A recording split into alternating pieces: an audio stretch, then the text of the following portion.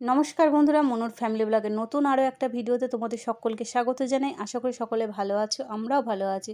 তো এই যে দেখো, বাপি ভোরবেলা বাজারে গিয়েছিল, তো এখন চলে এসছে। এখন সকাল মোটামুটি 7টার কাছাকাছি বাজে, কিন্তু প্রচণ্ড গরম, মানে এত গরম পড়েছে কি বলবো। আর সকলেই যেন অস্বস্তিকর একটা জীবন কাটাচ্ছে। তো যাই হোক, এইদিকে বাজারগুলো নিয়ে এসে ঢালার পর সব গোছগাছ করছি। আর বাপি বাজারে যাওয়া মানে অনেকটা সময় লেগে যায় সব কিছু গোছগাছ করে তুলতে।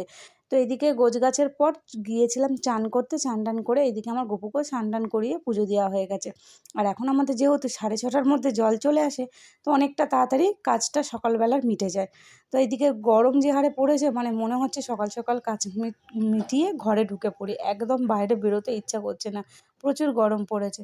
তার এদিকে আমি রান্না বান্না জোগাড়জাটি করছি, আর এই যে এখানে মা মুড়ি খাওয়ার জন্য আলু সেদ্ধ করেছিলাম, সেটাকেই মা রেডি করে দিচ্ছে।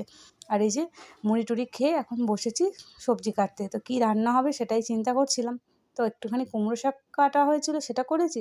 আর নরম ঢ্যাঁড়স যেহেতু আজকেই নিয়ে এসছে, সেটাই ভাবলাম যে আজকে করে নিই। মাকে বলি, মা ঢ্যাঁড়সটাই আজকে করি।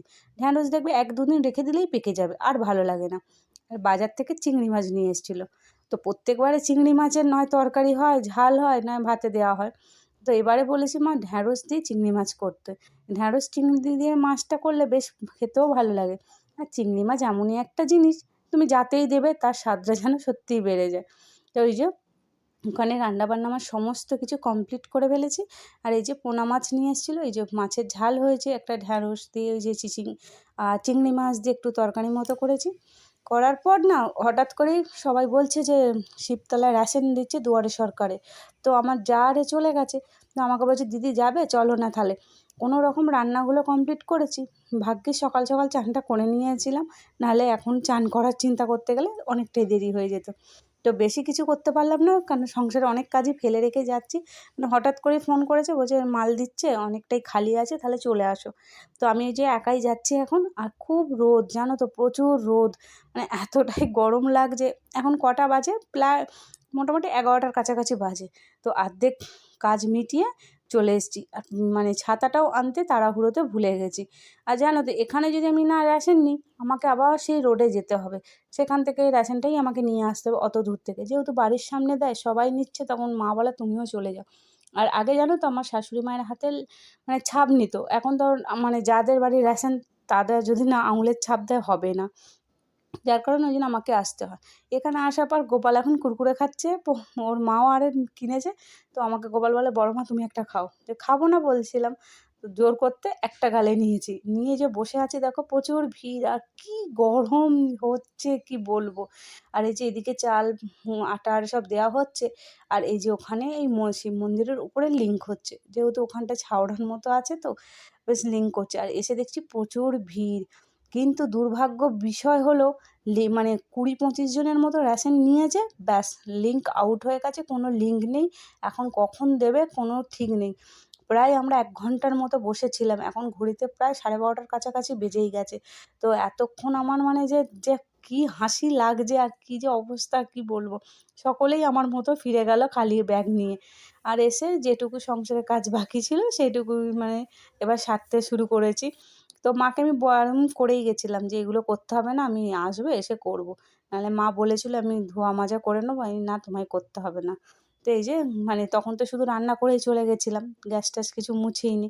তো এই যে ভালো করে এবার সব মোছামুছি করে বাসনপত্রগুলো নিয়ে ভাবছি ঘাটে চলে যাই, একবারে মেজে নিই। আর মানে মনে হচ্ছে আরেকবার পুকুরের জল দেখে মনে হয় ঝাঁপ দিয়ে দিই, এত জলটা ভালো লাগছে কি বলবো। ঠান্ডা ঠান্ডা জলটা তো, আবার জলটা এখন একটু ঠান্ডা আছে, দুপুরের পর একদম কি গরম হয়ে যাবে। আর বর্ষার এই কদিন যে 2 দিন বৃষ্টি হয়েছে দেখো, বৃষ্টি হওয়াতে বেশ পুকুরের জল একদম মানে ভরে গেছে, বেশ জলটা অনেকটাই বেড়ে গেছে। আর রেশন আমাদের এখানটায় নিয়ে নিলে না অনেকটাই সুবিধা হয়, জানো তো, আর যেতে হয় না। কিন্তু কি করব, ভাগ্য চক্রে ছিল না। তো দেখি আবার সেই যেতেই হবে মনে হচ্ছে রোডে, আর কবে কোথায় দেয় জানিও না। তো যাই হোক, এইদিকে তো সংসার মোটামুটি কাজ মিটেই গেল। তো এইদিকে আবার শাশুড়ি মায়ের শরীরটা খারাপ বলছে, মা বলছে আমাকে নিয়ে তুমি পিজি হসপিটালে নিয়ে যেতে পারবে। কিন্তু শুনেই তো আমার মাথায় হাত পড়ে গেছে যে পিজিতে যাওয়ার কথা বললেই যেন একগাল মানে হাত পড়ে যায়। তো হঠাৎ করেই বলছে, দেখি চিন্তা ভাবনা করি, বাড়িতে কথা বলি, যদি বলে সবাই যেতে। কারণ মায়ের শরীর বলতে, মায়ের গ্যাস অম্বলের না প্রচুর প্রবলেম। কিন্তু সবসময় ওষুধ খায়, তবু নিজের যেন মনে হয় মানে শরীর অসুস্থ, কারোর ওষুধ মানে মানে সহ্য হয় না আর কি। যা খায় গ্যাস অ্যাসিডিটি হয়। তো মা এখানে সব রিপোর্টগুলো বার করিয়েছে, বলছে বৌমা নিয়ে চলো না আমাকে। তো দেখি বাড়িতে ননদকে ফোন করে দেওরের সাথে কথা বলি, বলে যদি জানায় যে হ্যাঁ যেতে, তাহলে ভাবছি এই সপ্তাহের মধ্যেই একবার যাবো। তো ওদিকে আমার মাও বলছে যে যাবি, আমারও পায়ের সমস্যা, যেহেতু মায়ের সেই পায়ের ব্যথাটা এখনও আছে। তো চলো, এইদিকে এখন বিকেল 5টার মতো বেজেই গেছে, কিন্তু 5টার সময় দেখো এখনও মানে ছিটেফোঁটা রোদ ভর্তি। আর এদিকে করছি আমি এখন প্রেসারে ঘুগনি। তো ঘুগনির কড়াইটা বসিয়েছি, আর আমাদের প্রেসারের এই প্রবলেমটা খুব সাংঘাতিক প্রবলেম। তো ওইদিকে ঘুগনি করে রেডি হয়ে আর কোনো শ্যুট করতে পারিনি, একদম চলে এসেছি দোকানে। কারণ সৌমেন গেছে একটু বাইরের কাজে, তো ও এখন নেই, তো দোকানটা খুলে দিয়েই আমাকে চলে গিয়েছিল। তো যার কারণে আমাকে সন্ধ্যা থেকেই দোকানে আজকে থাকতে হয়েছে, জানি না কখন ও আসবে।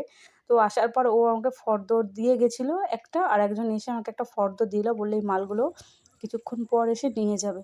তো এই যে আমি মোটামুটি দোকানের মাল চিনেও গেছি, মানে দামও জানি, কিন্তু দু একটা জিনিসের একটু অসুবিধা হয়, কারণ সবসময় তো আমি আর দোকানে থাকি না, বা সব জিনিসটার দাম মানে সম্ভব না। কিন্তু হ্যাঁ, জিনিসের নাম বললে আমি চিনে যাই, এটুকু আমার জানি। তো আমি যতটুকু পেরেছি একদম রেডি করে নিয়েছি। রেডি করার পর অনেকক্ষণ বাদে মনে হলো একটুখানি চা খাই, বাড়ি থেকে চা নিয়ে এসেছিলাম। তো চাটা খেয়ে ব্যাস মানে চলে এসেছি, রাত্রির এখন বাজে 10:30। খাওয়া দাওয়া কমপ্লিট করে এবার চলে এসেছি একদম বাসনপত্র ধোয়া মাজা করতে। সারাদিনটা এইভাবেই কাটলো। তো আজকের ব্লগটা কেমন লাগলো অবশ্যই আমাকে কমেন্টের মাধ্যমে জানিও। ভালো লাগলে অবশ্যই লাইক, কমেন্ট, শেয়ার করতে ভুলো না। সকলে সুস্থ থেকো, এই গরমে ভালো থেকো, সাবধানে থেকো, এই কামনাই করি। তো আর কি বলবো, এখন এবার নিদ্রার পালা সারাদিনের পর। এবার মনে হবে একটু নিজের প্রতি মানে বিশ্রাম দেওয়া দরকার। তো যাই হোক, ব্লগটা